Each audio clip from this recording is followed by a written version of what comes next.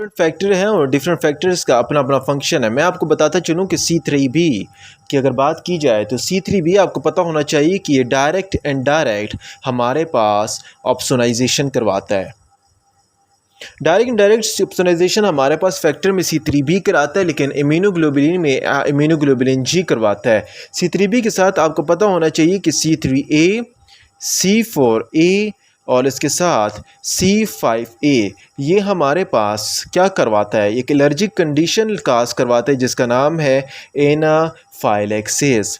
Anaphylaxis एक ऐसी condition जिसमें हिस्टामिन इतना ज़्यादा सीक्रेट हो जाता है कि जिसकी वजह से हमारे पास रिलीज ऑफ हिस्टामिन होने की वजह से डेथ कंडीशन में भी आ सकता है। C3a, C4a और C5a हमारे पास क्या काज कराता है, एनाफाइलैक्सिस की कंडीशन काज करवाता है। नेक्स्ट अगर मैं थर्ड की बात करूँ तो C5a की अगर बात की जाए तो C5a हमारे पास कीमोटैक्सिस करता है, केमिकल के ज़रिए से हमारे पास अट्रैक्शन करते। कीमोटैक्सिस का मतलब क्या है, ये हमारे पास न्यूट्रोफिल्स की अट्रैक्शन करते। क्या चीज़, C5a।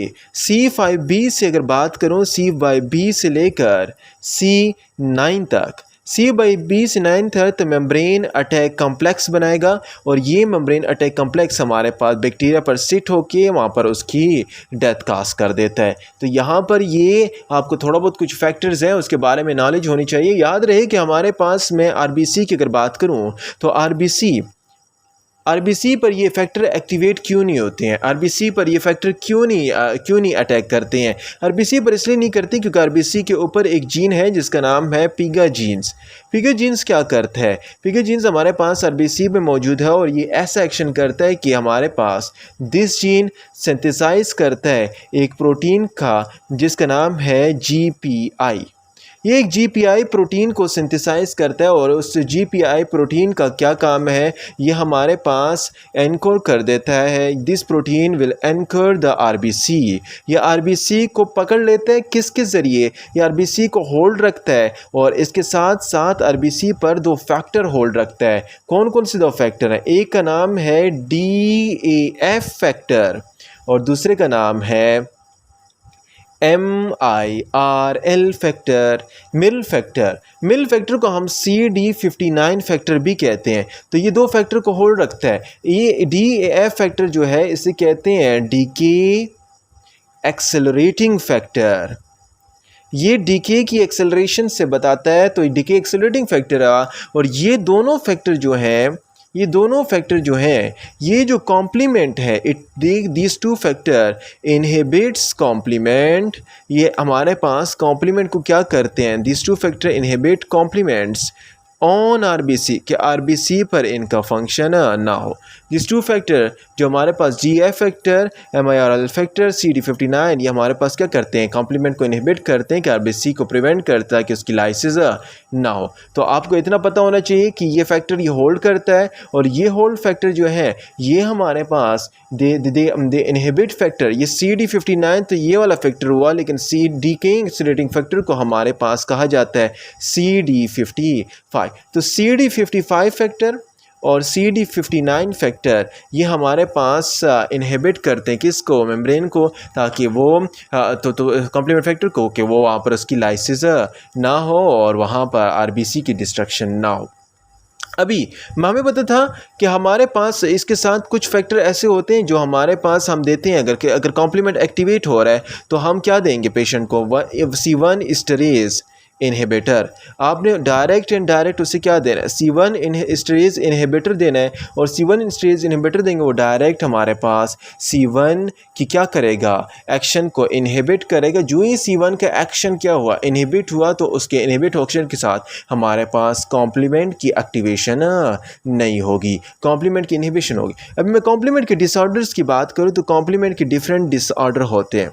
कॉम्प्लीमेंट के कौन कौन से डिसऑर्डर हैं, कॉम्प्लीमेंट के डिसऑर्डर की अगर हम तरतीब से बात करें तो सबसे पहले आपको पता होना चाहिए कॉम्प्लीमेंट के डिसऑर्डर में सबसे पहले अगर आपके पास C1 एस्टरेज जो पहला फैक्टर था, C1 एस्टरेज एंजाइम डिफिशिएंट है, तब क्या होगा, देखें, अगर आपके पास C1 एस्टरेज आपके पास क्या है, एंजाइम डिफिशिएंट है, तब क्या होगा? C1 एस्टरेज अगर एंजाइम डिफिशिएंट है तो C1 एस्टरेज इनहिबिटर जो है वो एंजाइम C1 एस्टरेज इनहिबिटर जो है हमारे पास डिफिशिएंट है, तो क्या होगा? C1 एस्टरेज का फंक्शन ज़्यादा होगा। सुनते जाए कहानी। C1 एस्टरेज का फंक्शन ज़्यादा हुआ तो हमारे पास कॉम्प्लीमेंट सिस्टम का फंक्शन ज़्यादा होगा। कॉम्प्लीमेंट सिस्टम का फंक्शन क्या हुआ? ज़्यादा हुआ, इंक्रीज़ हुआ, तो हमारे पास इंक्रीज़ मोर कैलेक्रीन सिस्टम होगा। हमारे पास कैलेक्रीन सिस्टम भी ज़्यादा एक्टिवेट होगा। कैलेक्रीन सिस्टम के साथ कॉम्प्लीमेंट सिस्टम कंसल्टेड है। कैलेक्रीन सिस्टम किसे कहते हैं? कैलेक्रीन सिस्टम कहते हैं जिसमें हमारे पास ब्रेडिकाइनिन से रिलेटेड है। कैलेक्रीन सिस्टम एक्टिवेटेड हुआ तो हमारे पास ब्रेडिकाइनिन भी ज़्यादा होगा। जो ही ब्रेडिकाइनिन हमारे पास ज़्यादा होगा तो ये bradykinin will cause what? This bradykinin will cause a condition which is known as angioedema. Angioedema का मतलब क्या है कि हमारे बॉडी में जितने भी सॉफ्ट टिश्यू हैं उन सॉफ्ट टिश्यू के अंदर ये हमारे पास एडिमा हो जाएगा। सॉफ्ट टिश्यू के बाद लिप्स और लैरिंक्स वगैरह वगैरह हमारे पास आते हैं तो उसके अंदर हमारे पास एडिमा। C1 एस्टरेज अगर हमारे पास इनहिबिटर डिफिशिएंट है, अगर C1 एस्टरेज इनहिबिटर डिफिशिएंट है, देखिए अगर C1 एस्टरेज डिफिशिएंट है तो आपको पता होना चाहिए C1 एस्टरेज आपकी बॉडी में इसका इनहिबिटर ही काम नहीं कर रहा। अभी जब इसका इनहिबिटर काम नहीं कर रहा तो हमारे पास C1 का एक्शन क्या होगा? ज़्यादा होगा कि नहीं होगा? C1 का एक्शन हमारे पास ज़्यादा होगा। C1 का एक्शन ज़्यादा होगा। जो C4 का रिस्पॉन्स है, C4 का जो हमारे पास रिस्पॉन्स है, C4 का जो रिस्पॉन्स है वो क्या होगा? कम हो जाएगा। क्यों? क्योंकि C4 हमारे पास कम हो जाएगा। C4 इसलिए क्योंकि C1 से हमारे पास एक्टिवेशन हो रही थी और C4 की क्लीवेज हो रही थी। इसकी जितनी ज़्यादा क्लीवेज होगी तो ये C4 हमारी बॉडी में कम होगा। तो मोर क्लीवेज से डिक्रीज कंसंट्रेशन ऑफ C4, ये कम जब होगी तो it will leads to what? It will leads to a condition जिसका नाम है वेजोडाइलेशन। हमारे पास वेजोडाइलेशन हो जाएगी। किसकी? Vasodilation of blood vessels.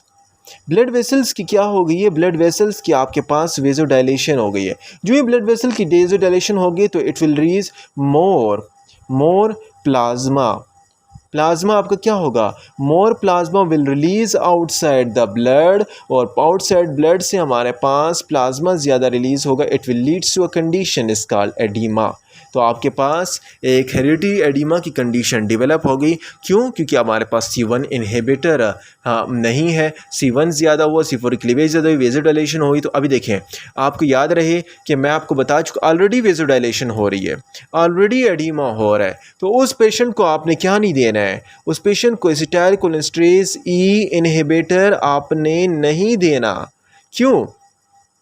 इसको अपने एसिटाइलकोलिनेज इनहिबिटर इसलिए नहीं देना क्योंकि हमारे पास क्या होता है कि हमारे पास हमारे पास अगर मैं बात करूँ, अगर एसिटाइलकोलिनेज एस्टरेज इनहिबिटर दे दें तो इट विल काज एसिटाइलकोलिनेज इनहिबिटर हमारे पास क्या करता है? एंजियोटेंसिन को कम करता है।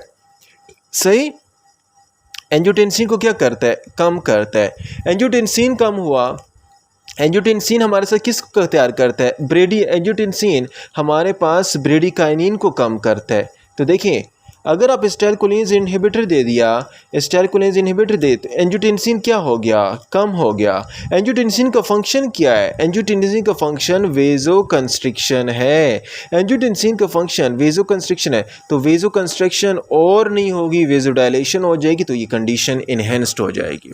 इसी तरह हमारे पास एंजियोटेंसिन जो है वो अगर हमारे पास है, मौजूद है, तो वो ब्रेडिकाइनिन को क्या करता है? कम करता है। अगर एंजियोटेंसिन ही नहीं है तो ब्रेडिकाइनिन कम नहीं होगा होगा और it will reach to peak value, और पीक वैल्यू पे चढ़ने के साथ वो साथ साथ हमारे पास एंजियोएडिमा काज करेगा। तो this is all about C1 esterase inhibitor हमारे पास कैसे एक्शन करता है। C1 का कम हुआ, C4 की क्लीवेज ज़्यादा हुई, विजिडाइलेशन हुई, और आपने एसिटाइलकोलाइनेज इनहिबिटर भी उसे नहीं देना उस पर्सन को। तो उस नहीं क्यों नहीं देना, क्योंकि एंजियोटेंसिन हमारे पास कम हो जाता है उस इनहिबिटर से, तो वो हमारे पास वेजोकंस्ट्रिक्शन काज करता है। वेजोकंस्ट्रिक्शन नहीं होगी तो ऑलरेडी वेजिडाइलेशन हो जाएगी, तो हमारे पास एंजियोएडिमा की कंडीशन सीवियर हो जाएगी। अगली जो कंडीशन है उसका नाम है, जो हमारे पास कॉम्प्लीमेंट की डिसऑर्डर है उसका नाम है पैरासिस्मल नॉक्टर्नल या नॉक्टर्नल हीमोग्लोबिनूरिया। ये इस कंडीशन में हमारे पास क्या होता है, पैरासिस्मल हमारे पैरासिस्म कहते हैं सडन को, नॉक्टर्नल कहते हैं नाइट को, हेमोग्लोबिनूरिया हमारे पास कहा जाता है हेमोग्लोबिन इन यूरिन। जब हमारे पास यूरिन में हेमोग्लोबिन आ जाए सडनली, उस कंडीशन का नाम पैरासिस्मल नॉक्टर्नल हेमोग्लोबिनूरिया। हमें पता है कि हमारे पास आरबीसी के ऊपर एक जीन मौजूद था, ये कैसे होता है, फिगर जीन हमारे पास क्या तैयार कर रहा था, ग्लाइकोप्रोटीन GPI तैयार कर रहा था। GPI हमारे पास क्या तैयार कर रहा था, decaying activating factor, accelerating factor, और दूसरा MIR LCD59 प्रिपेयर कर रहा था। ये हमारे पास दोनों क्या कर रहे थे, ये हमारे पास इनहिबिट कर रहे थे किसको, it will inhibit complement system. ये हमारे पास कॉम्प्लीमेंट सिस्टम को इनहिबिट कर, अभी अगर ये डिफिशिएंट हो जाए, अभी सुनते जाए, अगर ये डिफिशिएंट हो जाए तो ये नहीं है और कॉम्प्लीमेंट सिस्टम नहीं है, तो उसकी वजह से इनहिबिट कॉम्प्लीमेंट सिस्टम नहीं हो, तो हमारे पास अपना ही कॉम्प्लीमेंट सिस्टम अपने ही आरबीसी के क्या होगा, आरबीसी के अगेंस्ट होगा, और उसके अगेंस्ट होने की वजह से हमारे पास एक लाइसिस हो जाएगी। उस लाइसिस का नाम है intravascular haemolysis. Inside the vessels आपकी बॉडी में हेमोलिसिस हो जाएगी, उसका नाम क्या है, इंट्रावेस्कुलर हेमोलिसिस, और ये ये कंडीशन आपकी बॉडी में जनरेट हो जाएगी। तो इंट्रावेस्कुलर हेमोलिसिस हो गया, तो हेमोलिसिस से हमारे किरबीसी के ब्रेकडाउन से हमारे पास हेमोग्लोबिन ज़्यादा निकलेगा और ज़्यादा आयरन हमारे पास निकल जाएगा, और ज़्यादा हेमोग्लोबिन और ज़्यादा आयरन आपके पास जो रिलीज़ हुआ है, ये ज़्यादा रिलीज़ होने के साथ it will pass toward urine, ये हमारे पास यूरिन में पास होगा। यूरिन में पास होने के साथ सुबह सुबह जब आप यूरिन पर्सन देखेंगे पर्सन का, तो it will be a dark urine. किसकी वजह से, हेमोग्लोबिन ज़्यादा होने की वजह से। तो ज़्यादा हेमोग्लोबिन होने की वजह से हमारे पास, हमें पता है कि ये नाइट, अभी क्वेश्चन अराइज होते हैं कि नाइट पे क्यों होता है। नाइट में इसलिए होता है क्योंकि नाइट में हमें पता है कि हमारी बॉडी में कार्बन डाइऑक्साइड की कंसंट्रेशन ज़्यादा होती है। कार्बन डाइऑक्साइड हमारी बॉडी में कार्बोनिक एसिड जनरेट करता है, और कार्बोनिक एसिड H2CO3 और कार्बोनिक एसिड हमारे पास pH कम करके हमारे पास एसिडिटी काज करता है। अभी जो ही हमारी रात में एसिडिटी काज हो जाती है, तो उसकी वजह से आरबीसी की डिस्ट्रक्शन ज़्यादा हो जाती है, जिसकी वजह से हमारे पास ये नाइट कंडीशन में दिस इज़ व्हाट सीवियर, हमारे पास नाइट कंडीशन में सीवियर हो जाती है।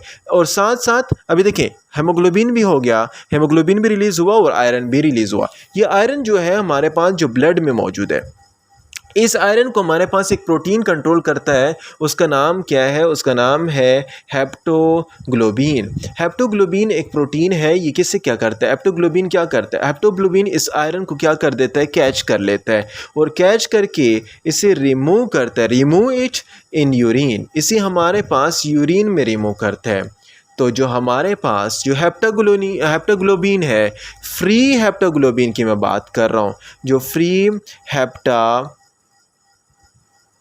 ग्लोबिन है, ये क्या होगा, जो फ्री हेप्टोग्लोबिन है विल गेट व्हाट डिक्रीजेज, ये हमारे पास क्या होगी, इसकी कम हो जाएगी। जितने भी हेप्टोग्लोबिन है वो ऑलरेडी सेचुरेट हैं, क्योंकि वो ऑलरेडी सिक्रीट कर रहे हैं पैरासिस्मल नॉक्टर्नल हेमोग्लोबिन में, हमारे पास ये कंडीशन जनरेट हो जाएगी। इससे पहले मैंने C1 एस्ट्रेज इनहिबिटर के बारे में पढ़ा है, दूसरा पैरासिस्मल नॉक्टर्नल हेमोग्लोबिन के बारे में डिटेल पढ़ लिया है कि सडन नाइट कंडीशन में हीमोग्लोबिन यूरिन में आता है, फिगर जीन नहीं है, GPI नहीं है, डेफ नहीं है और मिरल नहीं है, उसकी वजह से हेमोग्लोबिन कॉम्प्लीमेंट सिस्टम अपने ही आरबीसी को एक्टिवेट कर रहा है, इंटरवेस्कुलर हेमोलिसिस हो रही है, हेमोग्लोबिन ज़्यादा हुआ, आयरन ज़्यादा हुआ और ब्लड में यूरिन में हमारे पास उसकी लॉस हो रही है। हेप्टोग्लोबिन जो है, फ्री हेप्टोग्लोबिन की बात जो हो रही है, ये क्या हो जाएगा, हमारी बॉडी में कम पड़ जाएगा।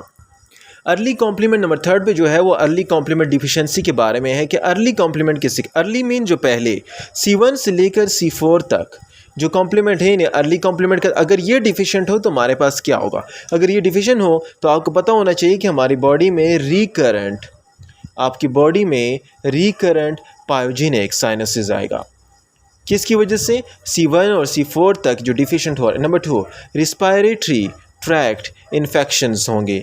नंबर 3 हमारे पास more risk of SLE systemic lupus erythematosus, जिसमें हमारे पास बटरफ्लाई शेप, जिसमें हमारे पास क्या, जिसमें हमारे पास बटरफ्लाई शेप रैशेज़ आ रहे थे, वो क्या हो जाएंगे, दे विल बी मोर, और रिकरेंट पाइए road traffic respiratory tract infection और साथ साथ मोर SLE की कंडीशन भी जनरेट हो जाएगी। ये अर्ली कॉम्प्लीमेंट डिफिशिएंसी है। इसके बाद दूसरा जो है उसका नाम है टर्मिनल कॉम्प्लीमेंट डिफिशिएंसी।